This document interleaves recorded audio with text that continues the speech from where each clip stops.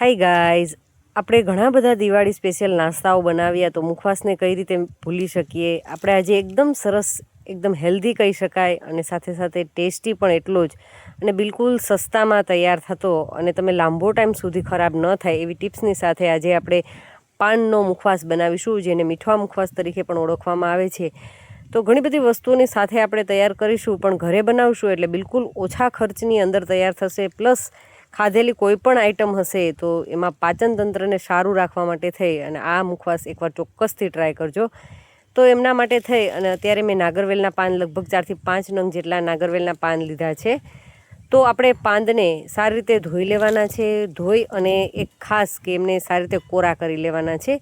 ભેજનું પ્રમાણ ન રહે એ ખાસ કાળજી રાખવાની છે. તો સારી રીતે લૂછી અને કોરા કરી લેશું અને એમનો જે દાંડલીનો ભાગ છે એ દૂર કરી અને આ રીતે આપણે આમનો રોલ તૈયાર કરી લેશું. આ રીતે કરીશું ને એટલે શું થશે કે આપણું કામ છે એકદમ ઝટપટ થશે, કટિંગ કરવામાં એકદમ આસાની રહેશે. આ રીતે આપણે કટ લગાવશું અને એમને આ રીતે ઊભા જેટલા ચીરા થાય એટલા આપણે કરી લેશું. તો 3 થી 4 આ રીતે આપણે કાપા મારી દઈશું અને શક્ય એટલું ઝીણું ઝીણું કટિંગ છે એ કરી લેશું. હવે જો તમારે આમને ફ્રીજની અંદર રાખવો છે તો તમે આ જ રીતે લીલા પાન છે એ ડાયરેક્ટ એમની અંદર આપણે બધી વસ્તુ જે એડ કરવી છે એ વસ્તુ એડ કરી અને તૈયાર કરી શકીએ. અને જો તમારે લાંબો ટાઈમ અને ફ્રીજ વગર રાખવો છે તો આપણે આ પાનનું જે કટિંગ થાય છે એ કટિંગને આપણે લગભગ 12 થી 15 કલાક માટે પંખાની નીચે સૂકવી દેશું. એટલે એમાં રહેલો જે વધારાનો ભેજ છે એ દૂર થઈ જશે અને પાન છે એ થોડા સૂકા થઈ જશે, જેથી કરીને શું થાય કે લાંબો ટાઈમ સુધી ખરાબ નહીં થાય અને તમે એમને ફ્રીજ વગર પણ સ્ટોર કરી અને એન્જોય કરી શકશો. તો આ રીતે આપણે પાનનું કટિંગ કરી લેશું.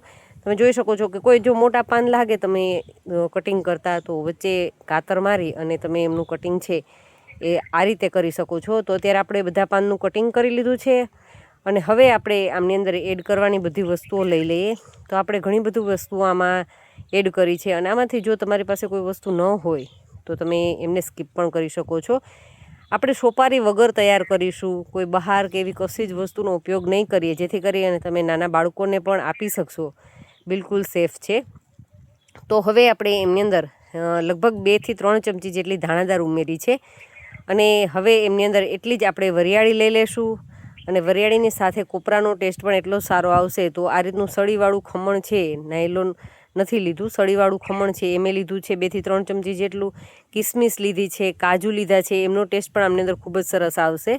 અને એકદમ ઝીણી ઝીણી જે મિશ્રી આવે છે એ 2 ચમચી જેટલી મિશ્રી ઉમેરી છે. આ ક્રેનબેરી લીધી છે, તમારી પાસે અવેલેબલ ન હોય તો બિલકુલથી સ્કીપ કરી શકો છો, પણ ખાટા મીઠા ટેસ્ટ માટે એ સારી લાગશે. હવે લીધી છે જે સૂકી ખારેક આવે છે, 2 નંગ જેટલી સૂકી ખારેક લીધી છે અને એમના પણ એકદમ નાના નાના પીસીસ કરી લીધા છે. જે રીતે તૂટી ફૂટી નાને છે એ રીતના આપણે એમના કટિંગ કરી લીધા છે. હવે કલરફુલ લાગે એટલા માટે અને બાળકોને જોતાં ગમી જાય એ 3 કલરની તૂટી ફૂટી ઉમેરી છે અને 2 થી 3 ચમચી જેટલું ગુલકંદ લીધું છે. ગુલકંદ પણ હોમમેડ છે, તમારે એમનો વિડીયો વોચ કરવો હોય તો પણ આપણી ચેનલની અંદર આપેલો છે. બિલકુલ સરળ રીતથી 5 મિનિટની અંદર તો તમે ઘણું બધું ગુલકંદ છે એ બનાવી શકો એવી રીતથી આપણે ગુલકંદ બનાવેલું છે.